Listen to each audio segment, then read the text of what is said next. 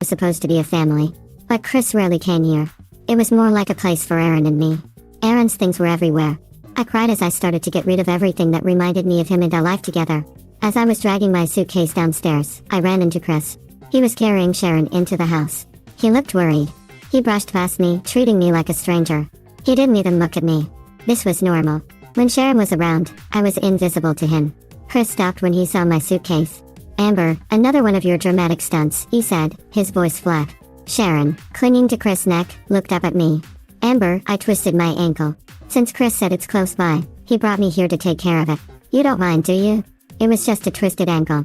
I watched as Chris gently put her on the couch and got an ice pack for her foot.